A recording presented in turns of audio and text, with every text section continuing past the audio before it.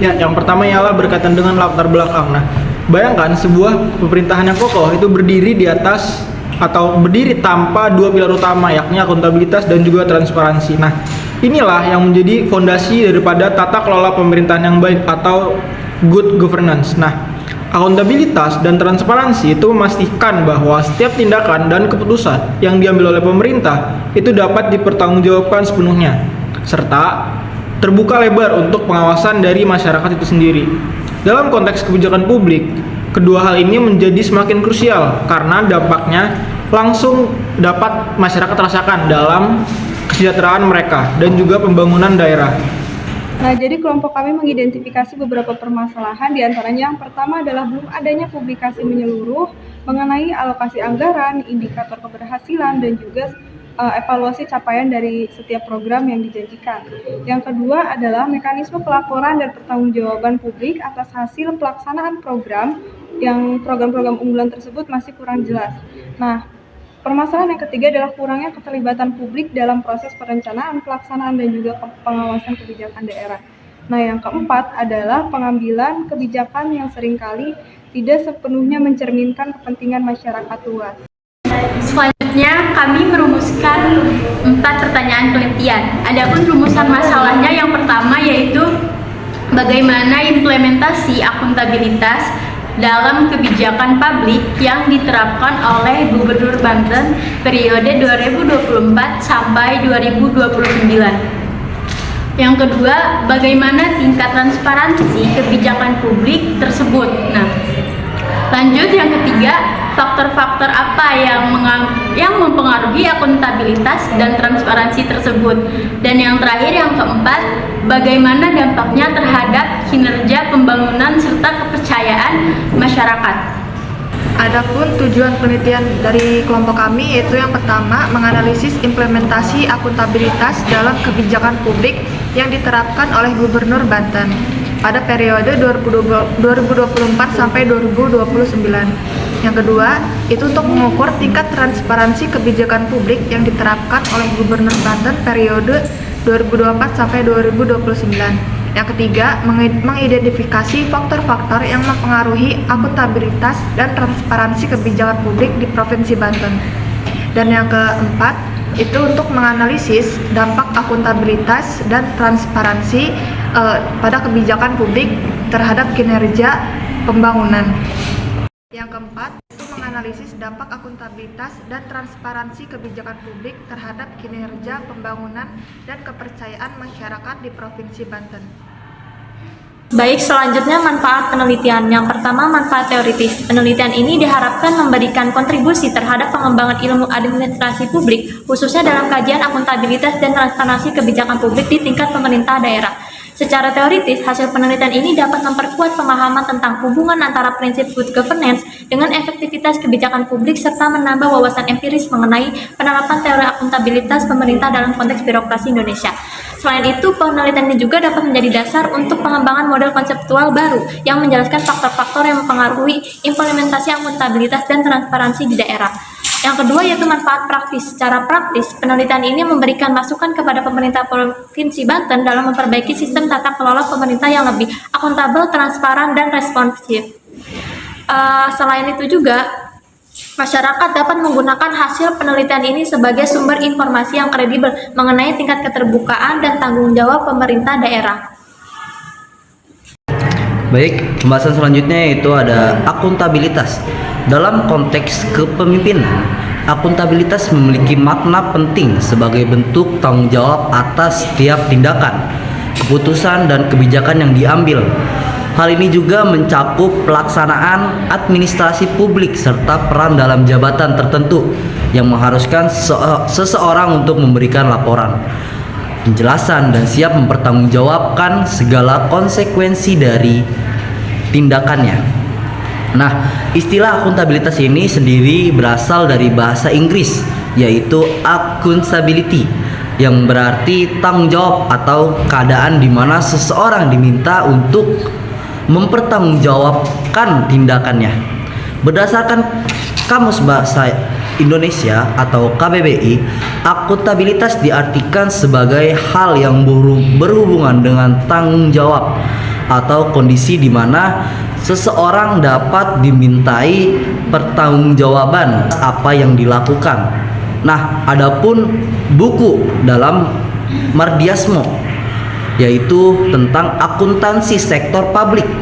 Akuntabilitas publik dibagi menjadi dua, yaitu ada akuntabilitas vertikal dan akuntabilitas horizontal.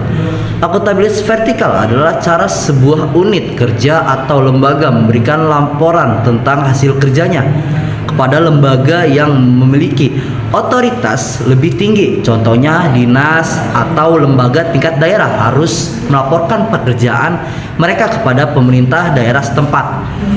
Pemerintah daerah juga harus bertanggung jawab kepada pemerintah pusat, dan pemerintah pusat juga harus melaporkan ke lembaga seperti DPR. Sementara itu, akuntabilitas horizontal berkaitan dengan kewajiban instansi pemerintah untuk mempertanggungjawabkan kinerjanya secara langsung kepada masyarakat. Dalam hal ini, masyarakat juga berperan penting sebagai penerima manfaat dari pelayanan publik yang diberikan. Baik. Kajian teori yang kedua mengenai transparansi. Secara umum, transparansi merupakan wujud keterbukaan pemerintah dalam menyajikan informasi penting terkait pengelolaan seluruh sumber daya publik kepada pihak-pihak yang berkepentingan. Informasi ini tidak hanya harus tersedia, tapi juga disajikan secara memadai agar mudah dipahami, dicerna, dan dapat diawasi secara efektif oleh masyarakat sebagai pemegang kedaulatan. Dengan demikian, transparansi dapat dipahami sebagai asas fundamental yang menjamin hak setiap individu untuk mengakses informasi mengenai seluruh aspek penyelenggaraan pemerintahan, mulai dari proses perumusan kebijakan yang akan dibuat, implementasi dari kebijakan tersebut, hingga hasil atau kinerja yang dicapai sebagai bentuk pertanggungjawaban publik. Hak akses ini memastikan adanya akuntabilitas dan meminimalisasi potensi penyalahgunaan wewenang dalam pemerintahan. Dalam konteks yang lebih spesifik, terutama pada pengelolaan keuangan daerah, transparansi kebijakan publik berarti keterbukaan penuh pemerintah dalam menyajikan informasi anggaran yang wajib diakses dengan mudah oleh seluruh lapisan masyarakat. Suatu anggaran daerah hanya dapat dikatakan transparan apabila memenuhi sejumlah kriteria penting. Pertama, adanya publikasi kebijakan anggaran secara resmi. Kedua, ketersediaan dokumen anggaran yang dapat diakses publik tanpa hambatan. Ketiga, penyampaian laporan pertanggungjawaban keuangan secara tepat waktu dan akurat. Serta yang paling krusial, tersedianya mekanisme yang memungkinkan masyarakat untuk secara aktif memperoleh informasi tersebut secara terbuka, sehingga tercipta pengawasan publik yang efektif terhadap penggunaan dana rakyat.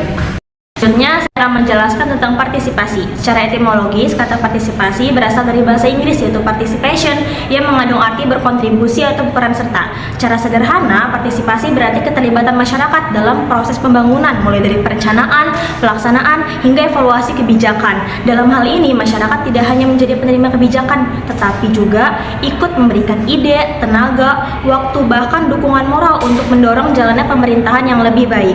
Prinsip utama partisipasi itu meliputi kesetaraan, kerjasama, transparansi, dan tanggung jawab bersama. Kesetaraan itu menegaskan bahwa setiap warga negara memiliki hak yang sama untuk berpendapat. Kerjasama mencerminkan hubungan kolaboratif antar pemerintah dan masyarakat, sedangkan transparansi dan tanggung jawab itu memastikan prosesnya berjalan terbuka dan berorientasi pada kepentingan publik. Melalui partisipasi yang aktif ini, kebijakan publik itu akan menjadi lebih demokratis, aspiratif, dan sesuai dengan kebutuhan masyarakat. Kajian ketiga. Di bagian ini saya akan menjelaskan mengenai kebijakan publik sebagai salah satu kajian teori dalam penelitian kami. Kebijakan publik merupakan inti dari pelaksanaan pemerintahan. Semua program dan kegiatan pemerintah pada dasarnya merupakan hasil dari kebijakan publik yang sudah dirumuskan. Secara sederhana, kebijakan publik bisa diartikan sebagai serangkai keputusan atau tindakan yang dibuat oleh pemerintah untuk menyelesaikan masalah yang dihadapi masyarakat.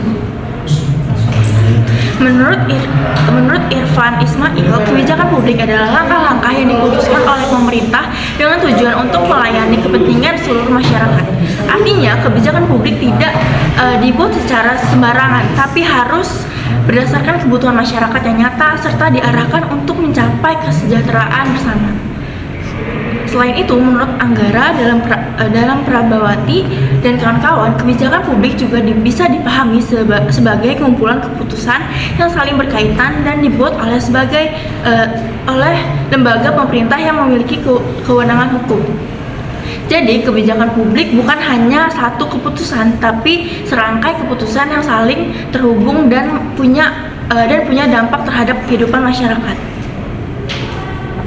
Dalam konteks ini, penelitian kami kebijakan publik menjadi wujud konkret dari penerapan akuntabilitas dan transparansi. Artinya, kalau pemerintah daerah dalam hal ini Gubernur Banten mampu membuat kebijakan publik yang terbuka dan bisa dipertanggungjawabkan, maka itu menunjukkan bahwa prinsip good governance sudah berjalan dengan baik.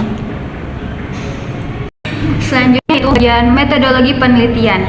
Metode merupakan langkah penerapan metodologi. Menurut Sioto dan Sodik 2015, metodologi menuntut peneliti objektif, kompeten, dan faktual dalam mengolah data secara ilmiah. Penelitian ini menggunakan pendekatan kualitatif deskriptif untuk memahami akuntabilitas dan transparansi kebijakan publik pada kinerja Gubernur Banten 2024 sampai 2029. Berdasarkan Sugiono 2019 dan Claswell 2018, penelitian ini dilakukan secara alami dengan peneliti sebagai instrumen utama, pengumpulan data melalui triangulasi dan analisis induktif. Data diperoleh melalui wawancara, observasi, dan studi dokumen.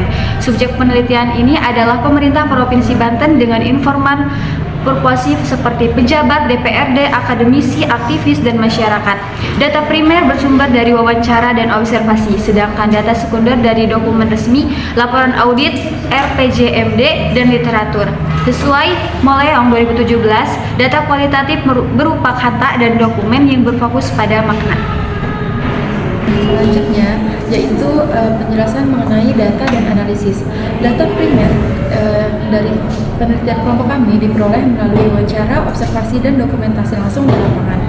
Sementara data sekunder diambil dari laporan kinerja, peraturan daerah, dan literatur yang relevan. Analisis data dilakukan dengan model Mills dan Kuberman yang terdiri dari 3 tahap, yaitu yang pertama reduksi, yang kedua penyajian data, dan yang ketiga penarikan kesimpulan. Analisis ini dilakukan secara berulang sampai hasilnya benar-benar menggambarkan kondisi yang sebenarnya.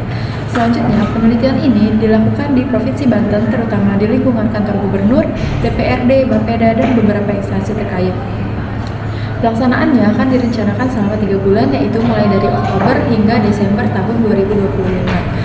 Kesimpulannya adalah penelitian ini membahas penerapan akuntabilitas dan transparansi dalam kebijakan publik pada kinerja Gubernur Banten periode 2024 sampai 2029.